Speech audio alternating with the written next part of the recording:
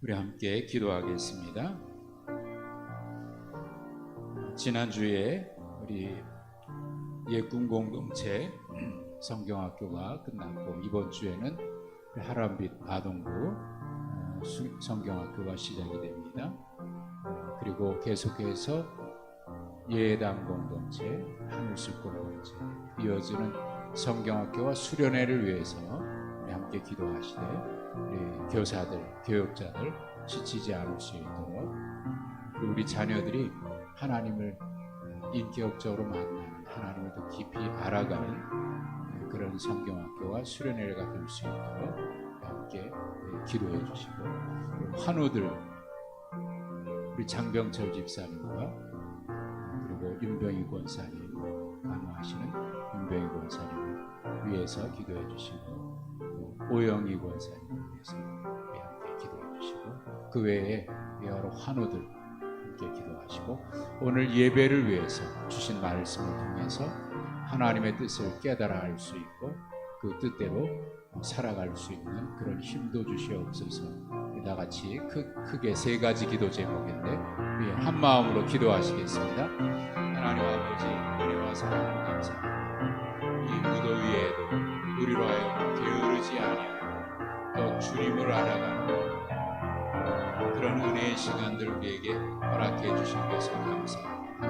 하나님, 특별히 성경학교 수련을 위해서 수고하는 교사들과 교육자들을 주님 지켜주시고 그들이 지치지 않게 하시고 기도로 준비하고 정성껏 준비했던 모든 시간들을 통해서 우리 자녀들이 하나님을 깊이 알아가는 복된 시간이 되도록 하나님 도와 주시옵소서. 특별히 이를 통해서 우리 자녀들이 하나님의 거룩한 백성, 하나님의 거룩한 일꾼들로 자라나게 해주셔서 이 사회와 이 민족 속에서 하나님의 나라를 위한 큰 일꾼들로 쓰임받을 수 있도록 하나님 그들에게 은혜를 내려 주시옵소서. 우리 환우들을 위해서 기도합니다. 하나님 연약한 지체들을 주님 지켜주시고 또 지치지 아니하도록 낙심하지 아니하도록 겉사람은 부패할지라도 속사람은 날로 새로워져서 주님으로 인하여서 힘있게 살아가게 하시고 낙심치 아니하도록 주님 도와주시기를 기도합니다. 하나님, 오늘도 말씀 앞에 우리가 엎드려서 주께서 우리에게 친히 말씀하시는 주의 음성을 듣고자 합니다. 주님, 이 시간 우리의 마음을 열어서 주의 말씀을 듣게 하시고 들을 때 깨닫게 하시고 또 그 말씀을 따라 결단하고 또 이 땅에 살아가는 동안 모든 인생의 여정 가운데 하나님의 말씀 앞에 하나님의 부르심 앞에 응답하는 저희들이 될 수 있도록 도와주시옵소서. 이번 주일 있을 1일 부흥회, 우리 여름 신앙 부흥회를 통해서 하나님 우리에게 다시 한번 하나님의 은혜를 깊이 체험하게 하시고 보내주시는 목사님 강건케 하시고 하나님께서 그 종을 통해서 우리에게 들려주신 말씀을 온전히 전하게 하시고 우리는 그를 통해서 하나님의 크신 은혜를, 하나님의 크신 뜻을 깨달아 알 수 있는 복된 시간이 되게 하여 주시옵소서.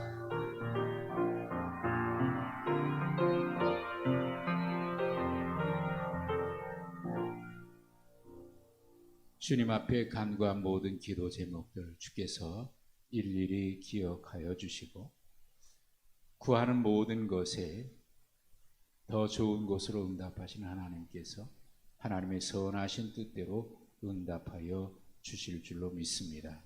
오늘도 말씀을 통해서 주님의 음성을 들을 수 있게 하시고 그 말씀 앞에 우리의 마음을 열고 기쁨으로 응답하고 또 응답한 그 모든 일에 순종으로 열매 맺을 수 있는 그런 은혜를 허락해 주시옵소서. 하나님, 무더위에 우리 모든 교우들의 건강을 지키시고 가정을 지켜주시며 또 수고하는 교사들과 우리 교육자들에게 지치지 않도록 새 힘을 더해 주시옵소서. 예수님의 이름으로 기도하옵나이다. 아멘.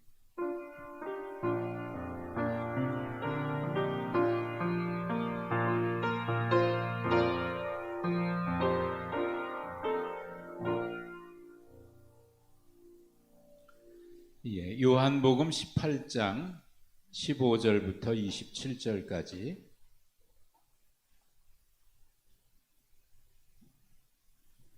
요한복음 18장 15절부터 27절까지입니다.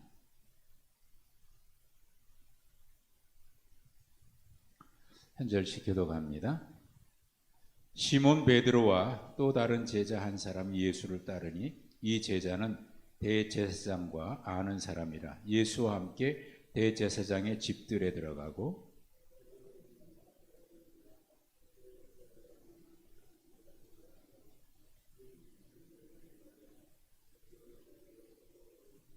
문 지키는 여종이 베드로에게 말하되 너도 이 사람의 제자 중 하나가 아니냐 하니 그가 말하되 나는 아니라 하고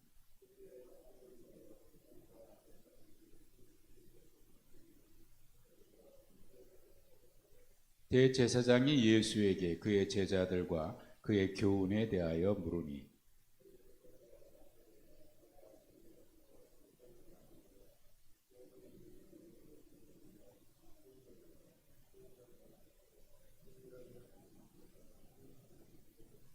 어찌하여 내게 묻느냐? 내가 무슨 말을 하였는지 들은 자들에게 물어보라. 그들이 내가 하던 말을 아느니라.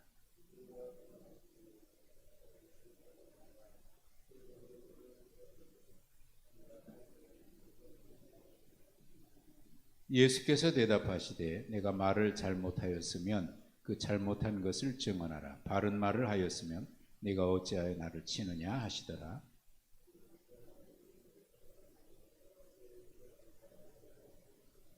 시몬 베드로가 서서 불을 쬐더니 사람들이 묻되 너도 그 제자 중 하나가 아니냐?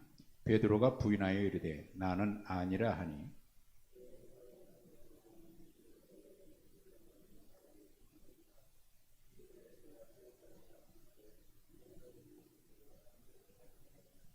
함께 읽습니다. 이에 베드로가 또 부인하니 곧 닭이 울더라. 아멘. 여러분 오늘 하루도 평안하셨습니까? 무더위에 잘들 견디고 계시죠? 무더위에 건강 유의하시고 또 이럴 때 찬 음식을 찾게 되는데 잘못하면 또 배탈 날 수도 있으니까 음식도 조심하시고 건강하게 지내시길 바랍니다. 자, 오늘 말씀은 지난주에 우리가 예수님이 마지막으로 기도하셨던 내용을 우리가 17장에서 봤어요. 예수님의 대제사장으로서의 마지막 기도다. 그래서 예수님의 대제사장적 기도라 얘기하는 것이 이제 요한복음 17장이에요. 그 기도의 시작을 우리가 지난주에 보셨어요. 17장 1절에 예수님께서 이 말씀을 하시고 이 말씀은 13장부터 16장까지 이어지는 예수님의 마지막 설교였습니다. 제자들에게 마지막으로 하셨던 말씀이에요. 그래서 이걸 다락방 강화 혹은 다락방 설교 이렇게 얘기해요. 마가의 다락방에서 마지막으로 제자들에게 하신 말씀이라 그런 뜻입니다. 이 말씀을 다 마치시고 예수님이 하신 기도가 17장이에요. 그 기도의 시작은 하나님께서 내게 하라고 맡겨주신 그 일을 다 이루어서 하나님을 영화롭게 했다. 하나님의 영광 그리고 독생자 주님 자신의 영광인데 어떻게 하는 게 하나님의 영광이라고 주님 말씀하시냐면 하나님께서 나에게 하라고 한 것을 다 이루어드리는 이게 하나님의 영광이다. 아버지의 영광. 그리고 또 독생자로서의 예수님의 영광입니다. 우리가 예수님의 제자라고 하면은 우리가 또 하나님의 영광을 위해서 산다. 그럴 때 가장 중요한 것이 바로 이겁니다. 하나님께서 나를 부르셔서 나를 통해서 이루시기를 원하시는 하나님의 뜻을 이루어 드리는 것.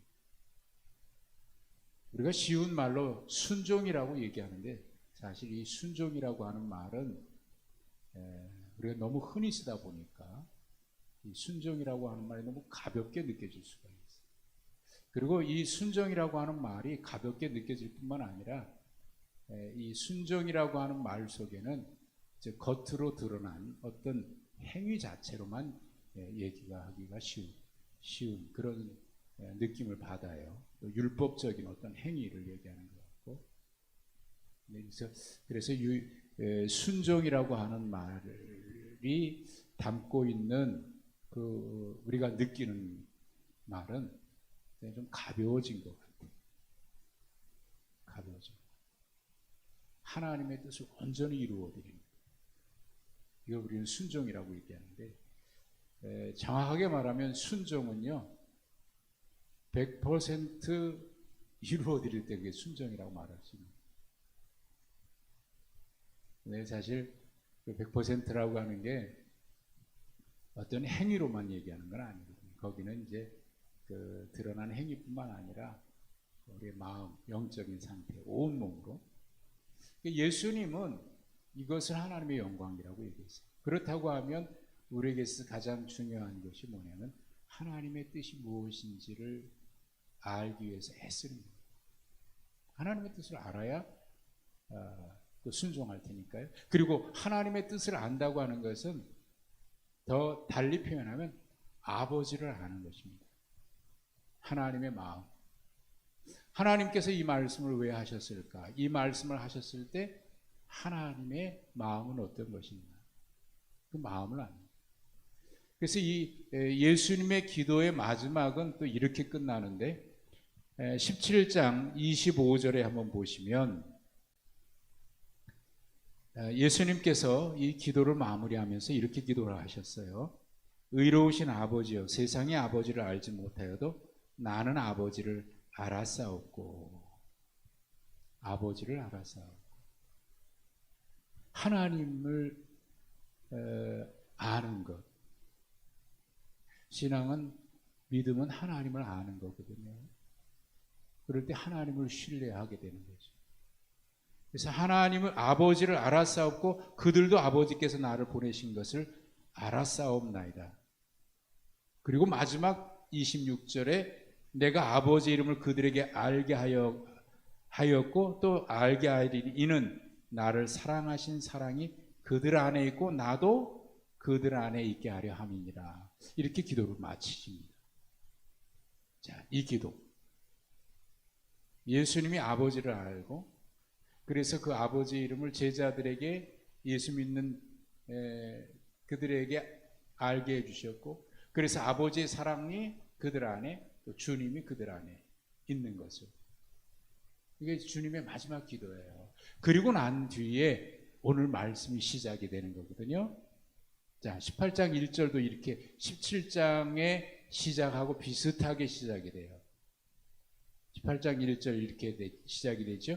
예수께서 이 말씀을 하시고 17장도 예수님께서 이 말씀을 하시고 그리고 기도하셨고 그리고 18장은 이 말씀을 하시고 예수님이 제자들과 함께 기드론 시내를 건너편으로 가셔요. 자, 17장 1절에 이 말씀을 하시고는 예수님이 13장부터 16장까지 하셨던 그 다락방에서 하셨던 설교죠. 그걸 마치시고 기도한 거예요. 그리고 여기서는 이 말씀을 마치고라고 할 때 그러면 이 말씀은 뭘 의미할까요? 이건 달리 표현하면 예수님께서 이 기도를 마치시고 그런 뜻이겠죠? 17장에서 올려드렸던 그 기도를 마치시고 그런 뜻이죠. 그렇죠? 네. 이 기도를 마치시고 그 다음에 어디로 가요? 기드론 시내를 건너서 겟세마네 동산으로 가시는 거예요. 그곳이 어디입니까? 이거는 달리 말하면 십자가를 지시기 위해서 그곳으로 가시는 거예요. 기도를 마치시고 이 장면을 가만히 생각해 보십시오. 말씀을 마치시고 기도하고 기도를 마치신 다음에 겟세마네 동산으로 가셔. 십자가를 지러 가셔. 기도를 마치신 주님. 기도는요, 아버지의 뜻을 아는 것이고 아버지의 뜻을 알았다면 그 아버지의 뜻에 응답하는 것이 기도입니다. 기도를 마쳤다면 그 다음에 바로 나타나는 게 아버지의 뜻에 응답하는 것, 부르심 앞에 응답하는 것. 예수님은 지금 기도를 마치고 아버지를 알았어요. 아버지의 뜻을 알았어요. 그리고 아버지의 마음을 알았어요. 그 길을 걸어가십니다. 십자가의 길을. 이게 신앙에서 매우 중요한 겁니다. 기도하고 나면 기도한 그 일에 우리가 믿음으로 응답해야 되는 거예요. 그게 기도가 마무리되는 거예요.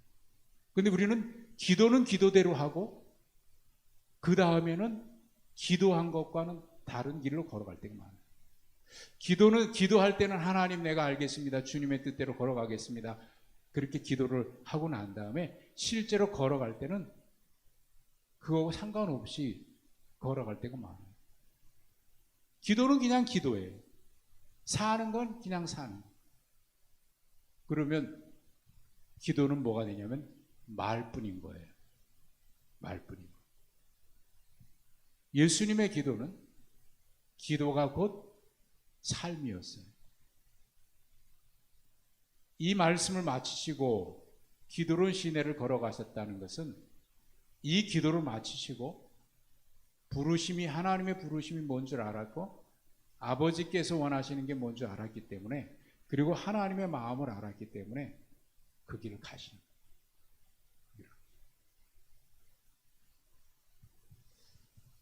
여러분이 어떤 기도하는 중에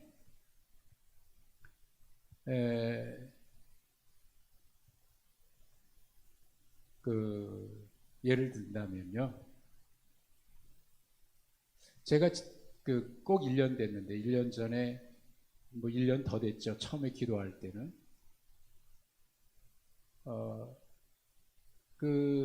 간암을 치료할 수 있는 방법이 몇 가지가 있는데 그 중에 하나가 제가 마음속에 충도로 왔던 게 뭐냐면 하나님 이식을 하려면 뇌사자의 간 이식이 가장 지금 많잖아요. 장기 이식이. 뇌사자가 나타나면 가능한 거예요. 근데 기다리려면 한참 걸려요. 그럼 제가 이렇게 기도했다고 보십시다. 하나님, 빨리 뇌사자가 생겨서 그 이식을 받을 수 있게 해주십시오. 라고 기도하면 뒤집어서 말하면 무슨 기도가 되냐면 하나님 누군가가 빨리 뇌사자가 생기게 해주십시오 라는 기도예요. 그렇게 기도해야 될까요? 빨리 누군가가 죽게 해주시고 그래서 이 장기를 이식받게 해주세요. 그렇게 하는 게 과연 옳을까? 어때요? 나 자신을 위해서는 누군가가 빨리 죽어서 그 장기를 받아야 될 거예요. 그러나 그거는 하나님께서 과연 그게 기뻐하시는 기도일까? 그건 아닌 거예요. 그래서 하나님, 제가 하겠습니다라고.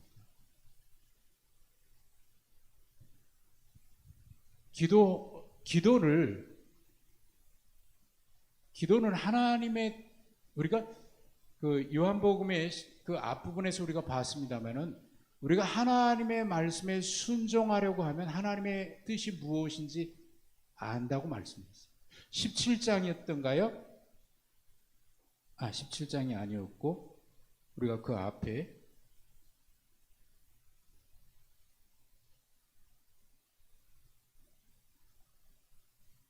이미 보셨던 말씀 중에 하나인데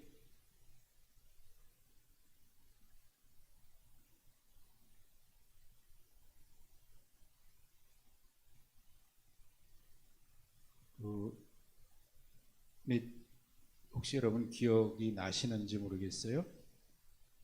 하나님의 뜻을 행하려고 하면 아버지 뜻이 무엇인지 알게 된다라고 하는 말씀입니다. 여러 번 보셨던 말씀인데, 그게 지금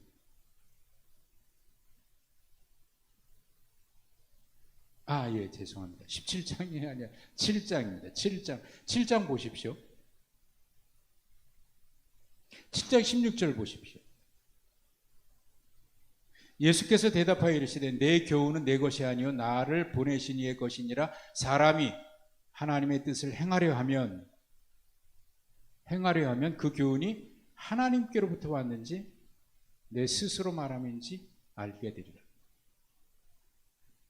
하나님의 뜻을 알기 전에, 그 전에 뭐가 있냐면 하나님의 뜻을 행하려고 하는 마음이 있어야 되는 거예요. 하나님 알려주십시오. 그러면 내가 하나님의 뜻대로 순종하겠습니다라고 하는 하나님의 뜻을 행하려고 하는 마음이 있고 난 뒤에 하나님의 뜻을 알려달라고 해야지. 예? 하나님의 뜻을 행하려고 하는 마음은 없는데 알려달라고 해보십시오. 그 기도하면서 우리 속에 어떤 일들이 날까요? 내가 원하는 거면 하고, 혹 내가 원치 않는 것이 하나님께서 내가 너에게 원하는 것이 이거다라고 말씀하셨을 때 그게 내가 원치 않았던 일이라고 하면 그 다음엔 어떻게 돼요? 할까요? 안 할까요? 그게 분명한 하나님의 뜻이라 그러면 그 다음에 무슨 마음이 일어날까요? 하나님, 혹시 제가 잘못 깨달은 거 아닙니까? 하고 하나님과 계속 거래를 해요. 언제까지? 그 뜻이 바뀔 때까지. 바뀔 때까지.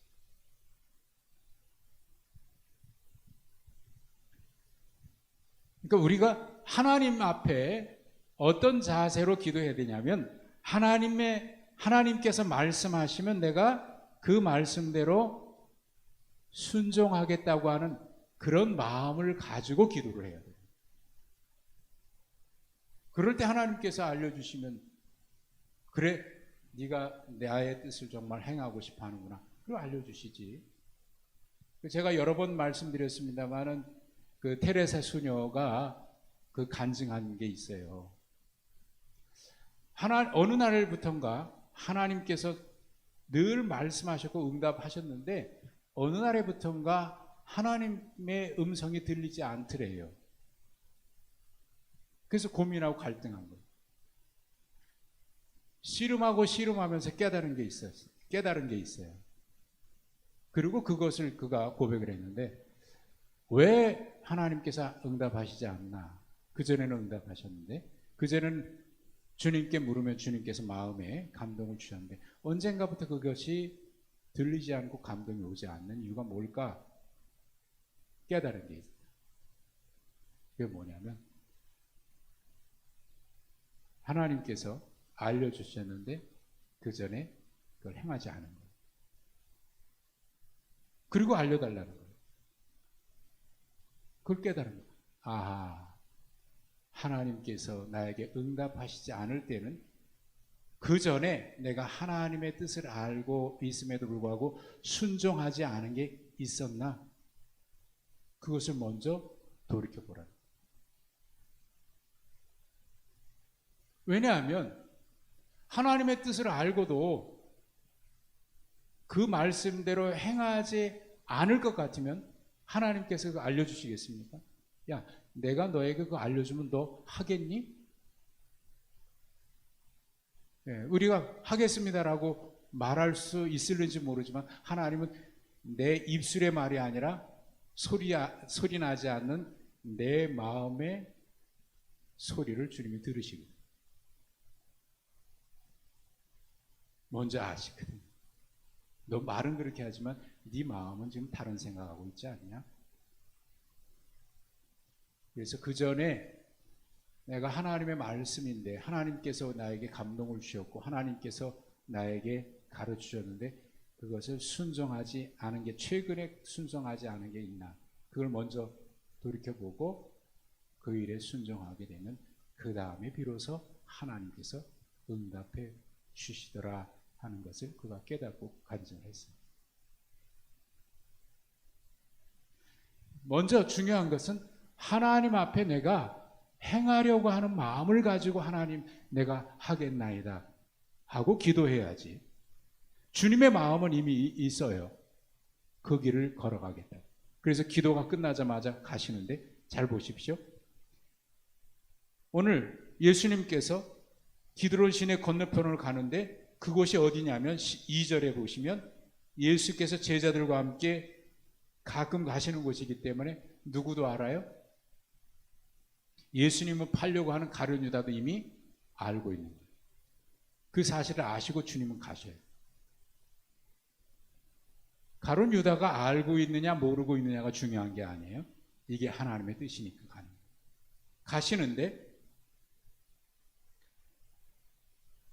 유다가 군대와 제사장들 바리새인들에게서 얻은 아랫사람들을 데리고 오는데, 거기 3절에 군대라고 되어 있는데 여기 있는 군대는 보통 로마 군대에 600명 되는 한 부대 단위를 말할 때 여기 군대라고 해요. 그래서 예수님께서 베드로가 칼을 썼을 때 예수님이 뭐라 그러셨냐면, 칼을 도로 집어넣어라 그러면서 내가 아버지께 구해서 600명이나 더 되는 군대를 보내달라고 하면 보내주시지 않겠느냐. 그러나 그렇게 하면 아버지 뜻이 어떻게, 거기서도 600, 그게 왜 나오냐면 지금 여기 군대는 600명을 기본 단위로 하는 그 군대를 얘기하는 거예요. 유다가 그 군대, 로마 군대의 도움을 받고 그렇게 예수님 잡으려고 오고 있는데 4절에 보시면 예수께서 그 당한 일을 어떻게 하셨다고요? 아시고 나가셨다. 아시고 나가셨다. 유다가 와서, 군인들이 와가지고 누굴 찾느냐? 나사렛 예수. 내가 그니라. 내가 그니라. 여기 내가 그니라라고 하는 말은 내가 너희들이 찾는 바로 그 사람이다라고 하는 뜻도 되지만, 내가 메시아다, 내가 메시아다라고 하는 메시아 선언인 거예요. 그리고 18절에, 그러니까 다 엎드러지죠. 8절에 뭐라 그러면, 나를 찾거든 이 사람들은 보내줘라. 이렇게 얘기하는 것은 하나님께서 나에게 맡기신 사람 중에 하나라도 잃지 아니하였다라고 하는 말씀을 응하게 하려 함이라. 그 뒤에 베드로가 칼을 들어서 제사장의 종의 오른쪽 귀를 잘라버리죠. 말고요. 예수님은 그를 치료해 주시고, 그러면서 11절에 칼집에 꽂으라. 아버지께서 주신 잔을 내가 마시지 아니하겠느냐. 그러니까 예수님은 지금 계속 기도하고 어디로 가시는 거예요? 아버지의 부르심 앞에 부르심을 향해서 정면으로 걸어가시는 거예요. 여러분, 오늘 본문에는 나와 있지 않지만 제가 좀 아까 말씀드렸던 베드로의 칼 사건이 왜 예수님께서 내가 아버지께 구하면 천군 천사 보내주지 않겠느냐, 그렇게 하면 아버지의 뜻을 어떻게 이루겠냐라고. 그러니까 이 말은 무슨 얘기예요? 예수님은 힘을 통해서 아니면 천군 천사를 부려서라도 어떤 기적을 행하든지 어떤 능력을 행해서도 이 문제를 헤쳐나갈 수 있는 권세나 능력이 있다, 그 얘기입니다. 근데 그 일을 하지 않아요. 왜요? 아버지의 뜻을 이루기 위해서. 이게 순종입니다. 순종은 내게 그런 힘이 있어도 그 힘을 나를 위해서 쓰지 않는 거예요. 아버지의 뜻이라면 내가 힘이 있어도 그 힘을 포기하는 게 순종이에요. 사람들은 바보처럼 볼 수 있어요. 야, 저 사람은 이렇게 힘에 가려도 없고 바보 같아. 근데 없는 게 아니라 있지만 안 쓰는 거예요. 왜? 아버지의 뜻을 이루기 위해서. 이게 순종이에요. 그 길을 주님이 걸어가시는 거예요. 자, 그리고 드디어 군인들에게 잡혀서 대제사장에게 끌려가죠. 안나스에게. 그 가야바의 관정으로 대제사장의 집들로 들어가는데요. 제자들은 이미 다 도망갔고 그 중에 베드로하고 또 한 사람만 예수님의 뒤를 따라갑니다. 끌려가는 예수님의 뒤를 따라가요. 대제사장의 집 안으로 들어가는데 여기에 나와 있는 또 다른 제자 15절에 또 다른 제자는 요한을 말합니다. 요한은 그 대제사장과 아는 사람이라 그 집에 들어가요. 그런데 베드로는 못 들어가고 있어요. 문 밖에 서 있어요. 16절에. 그러니까 요한이 얘기를 해서 문 지키는 여자에게 얘기해서 이 사람 좀 들어가게 해달라. 그래서 베드로도 들어가게 돼요. 저는 여기서 이제 좀 이런 궁금한 게 생겼어요. 베드로가 들어가지 못한 걸까요? 들어가지 않은 걸까요? 여러분은 어떻게 생각하세요? 아마 그날은 경비가 삼엄했을 수 있어요. 그래서 아무나 들어가지 못하고 대제사장을 아는 요한은 알고 있으니까 그래서 들어간 것 같은데 베드로는 그렇지 않으니까 경비가 삼엄해서 못 들어갈 수도 있었겠지만 동시에 베드로의 마음은 어땠을까 하는 생각을 좀 제가 했거든요.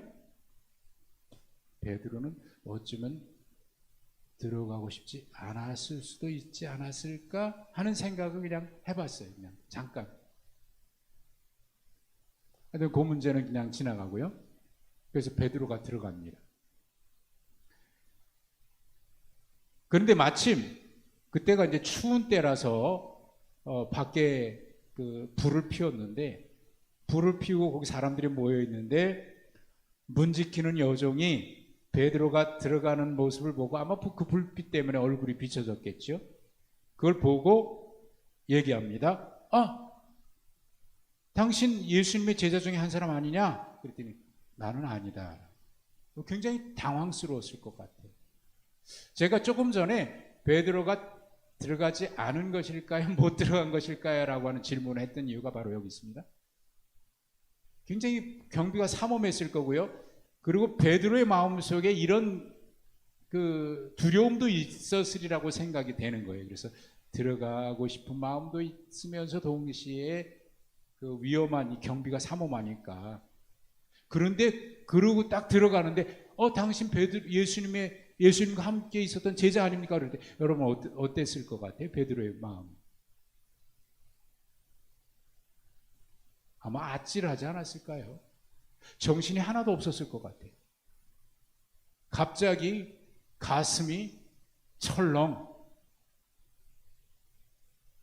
그가 숨기고자 했던 속마음이 확 드러나는 것일 수도 그런 것처럼 말이죠. 그냥 다리가 힘이 풀려가지고 주저앉고 싶을 만큼. 네. 그래서 엉겁결에 입에서 뛰쳐나온 말이 이 말은 사실 계산하고 한 말은 아닐 거예요. 이런 상황이 딱 닥치니까 그냥 엉겁결에 툭 튀어나온 말이 나는 아니야. 나는 아니야. 근데 바로 얼마 전에 베드로는 뭐라고 그랬어요? 나는 주님을 절대로 배반하지 않겠다고 얘기했거든요.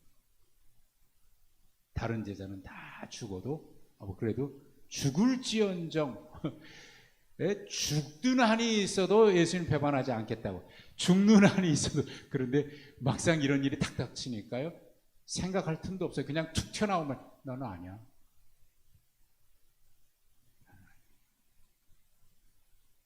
어쩌면 이게 그의 진심일지 몰라요. 아니 진심이라고 하기보다는 지금 그의 마음속에 흐르고 있는 생각일지 몰라요. 언젠가부터 베드로의 마음속에는 이런 갈등들이 있었지 않았을까? 언제부터였을까요? 베드로의 마음속에 갈등이 일어나기 시작한, 예수님을 따르면서 갈등이 일어났던 때는 언제부터였을 것 같아요? 언제부터였을까요?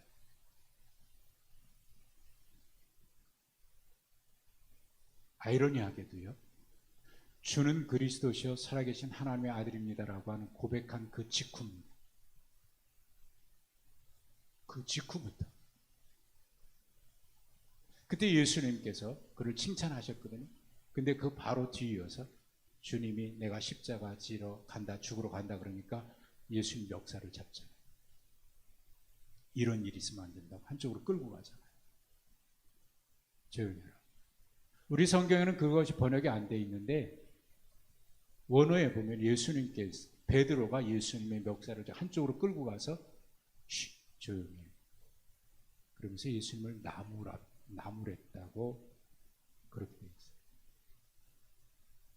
그러니까 지금 베드로가 그때부터 흔들리기 시작했고 두 제자가 왼편 오른편 앉겠다 그러니까 베드로가 화를 냈고 예수님 따라가면서 제자들끼리 싸움이 일어났고 그때부터 베드로의 마음은 흔들리기 시작했던 겁니다. 자, 바로 직전에 예수님의 기도를 제가 말씀드렸습니다. 기도의 마지막은 내가 아버지를 안 것처럼 제자들도 아버지의 이름을 그리고 아버지의 사랑이 그들에게 내가 그들 안에 있기를 마지막으로 기도했는데 예수님의 기도가 끝나고 나서 바로 뒤이어서 나타난 제자의 모습은 예수님의 기도와는 전혀 거리가 있어요.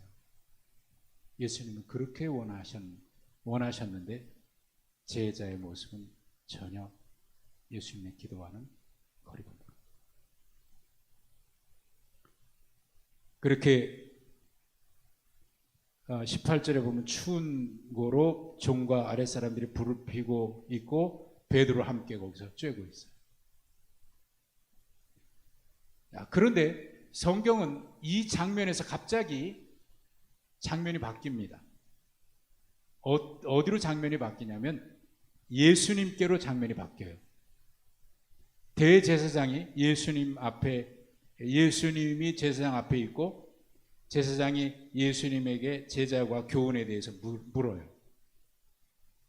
그 장면이 나와요. 그러니까 지금 한쪽에서는 베드로가 예수님 모른다고 부인하고 있고요. 또 한쪽에서는 예수님이 대제사장에게 질문을 받고 있어요. 신문을 받고 있어요. 이 장면이 둘이 같이 나와요. 왜 예수님이 이 장면이 갑자기 중간에 베드로의 장면이 나오다가 끊기고 이게 이 장면으로 바뀌었을까요? 왜 이렇게 기록한 걸까요?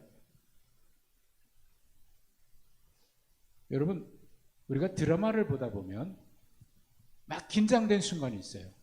이게 드라마라고 생각해 보면 베드로는 예수님 모른다고 부인하고 있고요. 그리고 불 쬐고 있어요. 한쪽에서. 그러니 베드로가 지금 불안한 거예요.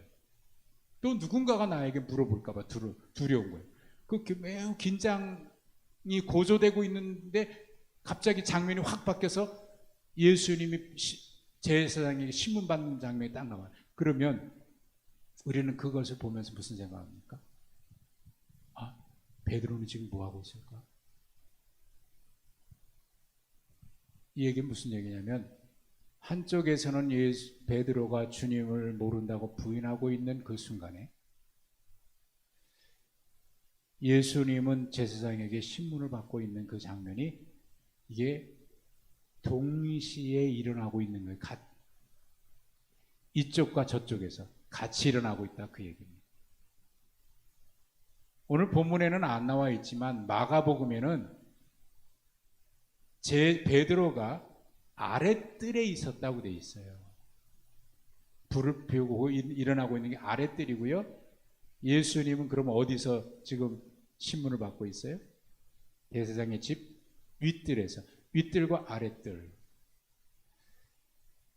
여러분, 예수님은 지금 베드로에게 일어나는 일을 보고 계실까요? 전혀 모르고 계실까요? 보셨을까요? 못 보셨을까요? 아니면 알고 있을까요? 모르고 있을까요?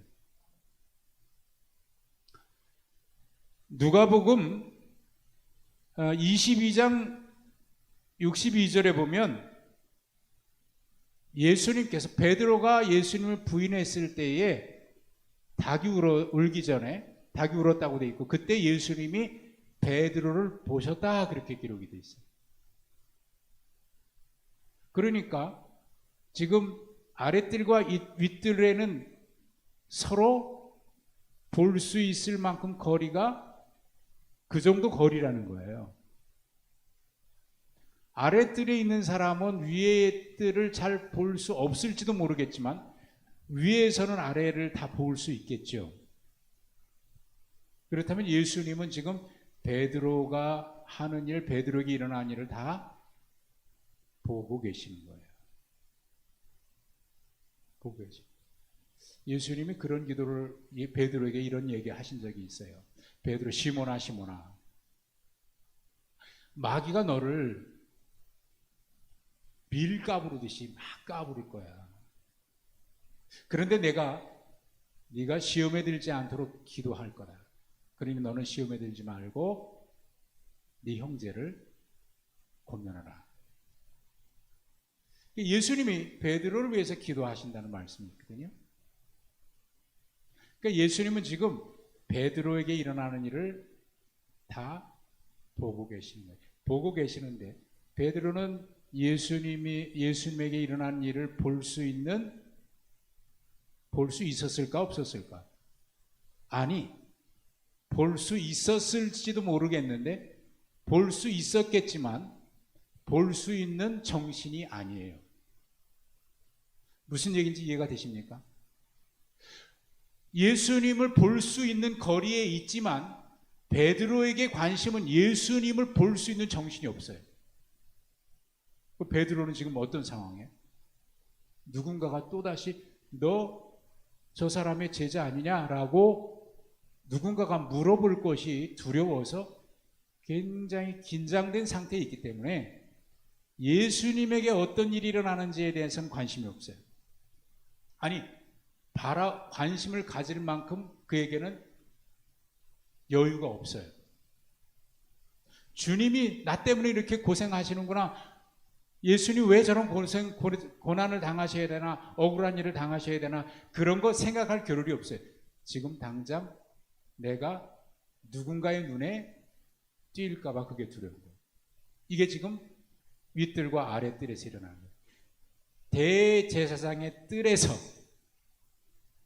윗뜰에서 아랫뜰에서 동시에 일이 벌어지고 있습니다. 베드로는 몰랐을지 모르지만 예수님은 베드로의 일어나는 일을 알고 계십니다. 우리는 주님이 우리를 모를 거라고 생각하지만 주님은 우리의 모든 형편을 알고 계시는 겁니다. 그런데 우리는 주님이 우리를 알고 계실까에 대한 관심보다 지금 당장 내일이 급하기 때문에 하나님의 뜻이 어디 있는지, 아버지의 뜻에 순종하겠다고 하는 그 마음도 물론 그렇지만 아버지의 뜻이 어디 있는지에 대한 관심조차 갖지를 못해요. 그죠? 왜? 당장 내일이 급하니까. 자, 그리고 그 일이 지금 벌어지고 있는 중에 예수님은 안나스에게서 다시 가야바에게로 옮겨지고, 그리고 25절에 다시 베드로가 불을 쬐고 있는 장면이 다시 나타납니다. 자, 무슨 얘기인지 이해가 되시죠? 지금 베드로가 그러고 있는 사이에 예수님이 이루고 있었다. 그 얘기는 동시에 일어나고 있는 거예요. 그런데 베드로는 지금 예수님 부인하고 있고요. 쬐고 있는데 또 한 사람이 나타나서 너 예수님의 제자 중에 하나 아니냐? 아니야. 그 다음에 세 번째 26절에 보니까 대제사장의 종 하나는 베드로에게 귀를 잘린 사람의 친척이라. 그가 베드로에게 귀가 잘렸던 사람의 친척인 거예요. 그 사람이 베드로에게 와서 얘기합니다. 너 맞아? 그 사람의 제자야. 내가 봤어. 내가 그 자리에 있었어. 정확한 증인이 나타난 거예요. 베드로에게 칼로 귀를 잘렸던 그 사람의 친척이 내가 그 자리에 있어. 너 봤다니까? 너 그 사람의 제자 맞잖아. 부인하죠. 아니다. 곧 닭이 울더라. 이게 지금 동시에 일어나. 그런데 어느 분이 이 말씀을 보면서, 여러분 닭이 울고 난 다음에 베드로가 그 다음에 한 행동 기억하시죠? 무슨 행동했습니까? 닭이 울고 난 뒤에 베드로가 한 일 몰라요? 예수님의 말씀처럼 닭이 울기 전에 네가 나를 3번 부인하리라 그래서 닭이 울었어요. 그때 예수님 하신 말씀이 생각났다 그랬고 성경에는. 그리고 그 뒤에 베드로가 어떻게 했죠?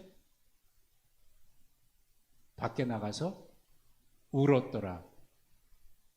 근데 요한복음에는 그 내용이 없어요.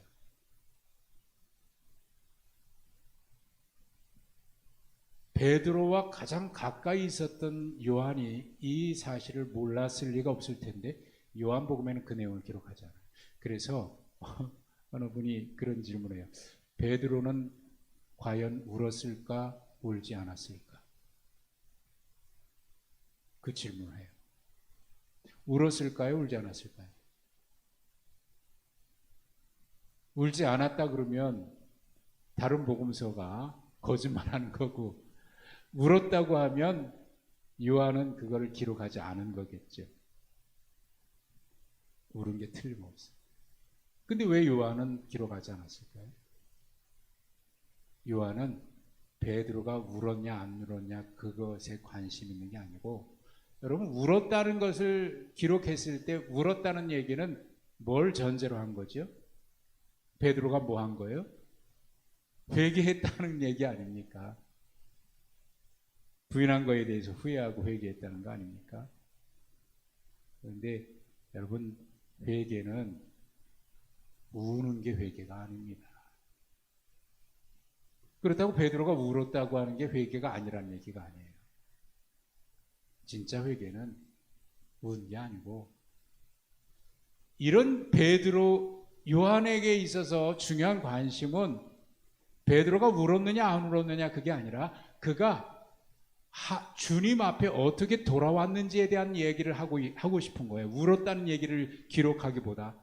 그 뒤에 예수님께서 베드로를 찾아가시잖아요. 이런 베드로가 지금 이런 것을 주님이 다 알고 계심에도 불구하고 주님이 부활하신 다음에 제일 먼저 찾아간 사람이 누구냐면 베드로거든요. 베드로를 찾아가서 그 호숫가에서 고기 잡고 있을 때 찾아갔고요. 숯불을 앞에 앉아놓고 대화하면서 예수님이 시몬아, 바요나 시몬아, 요한의 아들 시몬아, 네가 나를 사랑하냐? 이 베드로의 울음은 눈물을 흘리는 게 아니라 그때 속으로 뜨거운 눈물을 흘린 거예요. 뜨거운 눈물. 진짜 회개가 일어납니다. 회개는 눈물 흘리는 감정의 표현이 아니고 뜨거운 눈물과 함께 주님 앞에 돌아서는 것이 회개입니다. 그러니까 다른 복음서에 눈물 흘렸다라고 하는 것이 가짜라는 얘기를 하는 게 아니고, 요한이 얘기하려고 하는 것은 그런 제자를 주님이 끝까지 찾아오셔서 그를 다시 돌아서게 하고 그를 제자로 쓰시는 그 주님의 사랑, 그것을 얘기하는 것이고요. 그리고 그 사랑에 감격해서 베드로는 속으로 뜨거운 눈물을 흘리면서 주님의 사랑 앞에 그가 헌신하고 있는 그 얘기를 합니다. 자, 여러분 이런 베드로의 모습을 주님이 알고 계시거든요. 그럼에도 불구하고 주님이 찾아오시고, 이게 바로 세상을 이처럼 사랑하사 독생자로 이 땅에 오신 하나님의 사랑을 얘기하는 겁니다. 바로 그게 우리에게 오신 주님의 사랑인 거예요. 우리가 그 사랑 때문에 주님 앞에 주님, 네가 나를 사랑하느냐 할 때 베드로가 주님, 내가 주님을 사랑하는지 주님이 아십니다. 대답할 수가 없어요. 차마 주님 사랑한다고. 그럼에도 불구하고 우리가 그렇게 주님 앞에 대답할 수 있는, 네, 주님 사랑합니다라고 대답할 수 있는 그런 모습이 아님에도 불구하고 주님은 끝까지 우리의 사랑을 받아주시고, 우리의 고백을 받아주시고, 우리를 사랑해 주시고, 그래서 우리가 하나님의 자녀로 서 있는 거예요. 그 베드로가 누굽니까? 여기 있는 우리 모두가 다 베드로인 거예요. 주님이 찾아오셨어요. 야, 베드로야, 내가 너를 끝까지 사랑한다. 끝까지 사랑하시는 주님의 사랑. 여러분, 그 사랑 때문에 우리가 지금 이 자리에 있지 않습니까? 그 사랑은 그저 눈물이 아니에요. 뜨거운 눈물이에요. 눈에서 흐르는 눈물이 아니라 가슴에서 흐르는 눈물이에요. 그 사랑 아니까. 주님 알겠습니다. 주님 알겠습니다. 베드로가, 실패자 베드로가 될 수 있었던 것은 깨진 반석이죠. 박살난 반석이죠. 그런데 그가 진짜 반석이 된 것은 자기 능력이 아니었어요. 주님의 그 사랑 때문이었어요. 찾아오시는 그 사랑. 그래서 그가 진짜 반석이 되죠.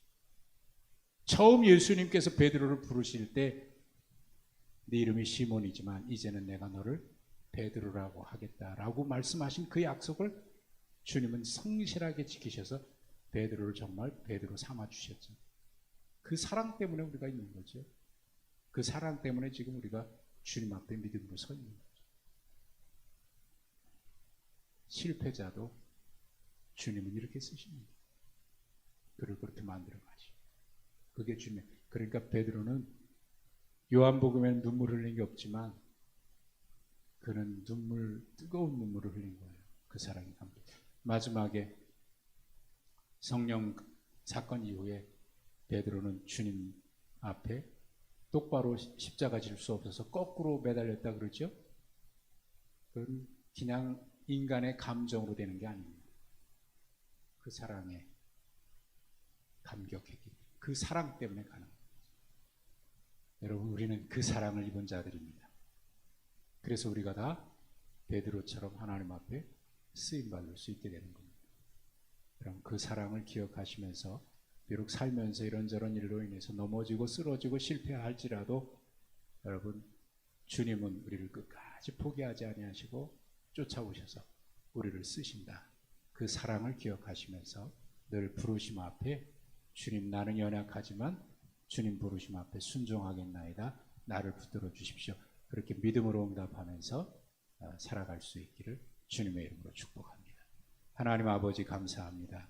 그 사랑 감사하고 그 사랑 감격하여 오늘도 연약하고 쓰러지고 넘어지는 자들인데 하나님께서 부르셨으니 그 부르심 앞에 믿음으로 응답하며 하나님 끝까지 붙들어 주셔서 끝까지 길을 걸어가게 하옵소서. 결단하는 우리 모두가 되게 해주시고 우리도 깨진 베드로였지만 다시 반석으로 삼아주시는 믿음의 사람들 다 되게 해주시옵소서. 예수님의 이름으로 기도하옵나이다. 아멘.